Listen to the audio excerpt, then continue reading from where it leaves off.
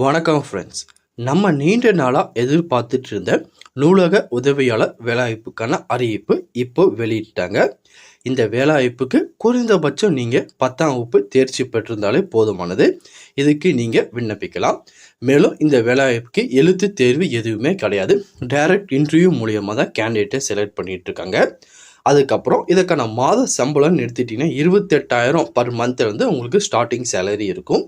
அதிகபட்சம் பார்த்தீங்கன்னா 85,000 வரையும் உங்களுக்கு பார்த்தீங்கன்னா சேலரி கிடைக்கும். மேலும் இந்த வேலைவாய்ப்பை பற்றி நிறைய பேருக்கு தெரியாமலே இருக்குது. போட்டி ரொம்ப கம்மியாகவே இருக்கும். அதனால் இந்த வேலைவாய்ப்புக்கு மிஸ் பண்ணிடாமல் நீங்கள் அப்ளை பண்ணுங்கள். முதல்ல இந்த வேலைவாய்ப்புக்கான விண்ணப்பத்தை எப்படி நிரப்புறது, அதுக்கப்புறம் இதுக்கான அஃபிஷியல் நோட்டிஃபிகேஷனை பற்றி டீட்டெயிலாக இந்த வீடியோவில் பார்க்கலாம். இது எல்லாமே பார்க்குறதுக்கு முன்னாடி நீங்கள் நம்ம சேனலுக்கு புதியவராக இருந்தீங்கன்னா மறக்காமல் நம்ம சேனலை சப்ஸ்கிரைப் பண்ணிட்டு பக்கத்தில் இருக்க பெல் ஐக்கனை கிளிக் பண்ணிட்டு ஆளுங்கிற செட் பண்ணிக்கோங்க.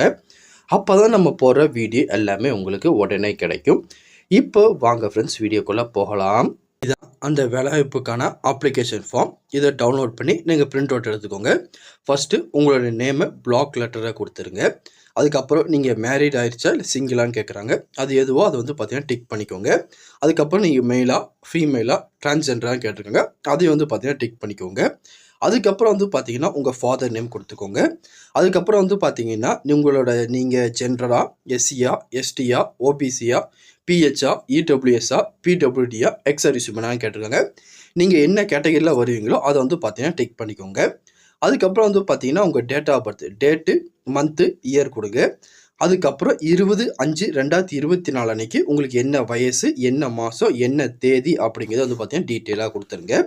கொடுத்து முடிச்சுட்டு உங்களோட அட்ரஸ் கேட்டுருங்க. உங்கள் அட்ரஸ் பார்த்தீங்கன்னா டீட்டெயிலாக ஃபில் பண்ணிடுங்க.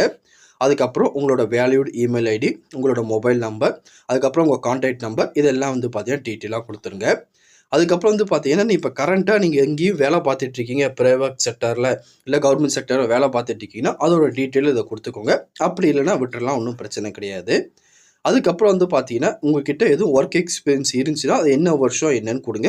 இருந்தால் கொடுங்க, இல்லைனா விட்டுறலாம், ஒன்றும் பிரச்சனை கிடையாது. அதுக்கப்புறம் பார்த்தீங்கன்னா உங்களோட எஜுகேஷன் குவாலிஃபிகேஷன் நீங்கள் இதில் ஃபில் பண்ணுற மாதிரி இருக்கும்.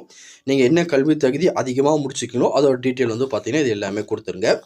கொடுத்து முடிச்சு கீழே வந்தீங்கன்னா நீங்கள் எம்ப்ளாய்மெண்ட் எக்ஸ்சேஞ்சில் பதிஞ்சிருக்கீங்க அப்படின்னா அதோட நம்பர் எல்லாமே பார்த்தீங்கன்னா கொடுத்துருங்க, இல்லைனா விட்டுடலாம். அப்புறம் பார்த்தீங்கன்னா நீங்கள் என்னென்ன டாக்குமெண்ட்லாம் அட்டாச் பண்ணணும் அப்படின்னு கொடுத்துருக்காங்க. ஃபஸ்ட்டு நீங்கள் 10th கிளாஸ் பாஸ் ஆகிருப்பீங்க, அதோட மார்க் ஷீட்டு சர்டிஃபிகேட் அட்டாச் பண்ணிக்கோங்க. அதுக்கு நேராக டிக் பண்ணியிருக்கேன். அதுக்கப்புறம் நீங்கள் +2 முடிச்சிருந்தீங்கன்னா அதோட டீட்டெயில் கொடுங்க. டிப்ளமோ முடிச்சிருந்தீங்கன்னா அதோட டீட்டெயில் கொடுங்க. கிராஜுவேஷன் எதுவும் முடிச்சிருந்தீங்கன்னா அதோட டீட்டெயில் கொடுத்துக்கோங்க. அதுக்கப்புறம் உங்களோட கம்யூனிட்டி சர்டிஃபிகேட் ப்ளஸ் பார்த்தீங்கன்னா உங்களுக்கு ஏதாவது ஒர்க் எக்ஸ்பீரியன்ஸ் இருந்துச்சுன்னா அதோட சர்டிஃபிகேட் எல்லாமே அட்டாச் பண்ணிக்கோங்க. அது போக நீங்கள் பிடபிள்யூடி எக்ஸ் சர்வீஸ்மேனாக இருந்தீங்கன்னா அதோட டாக்குமெண்ட் எல்லாமே அட்டாச் பண்ணிக்கோங்க. இது போக வேறு எதுவும் டாக்குமெண்ட் வச்சுருக்கீங்க அப்படின்னா அதையும் பார்த்தீங்கன்னா டிக் பண்ணிட்டு மென்ஷன் பண்ணிங்க. மென்ஷன் பண்ணிட்டு இங்கே சிக்னேச்சர் போட்டுருங்க. அதுக்கப்புறம் இங்கே பிளேஸு டேட் எல்லாமே கொடுத்துருங்க.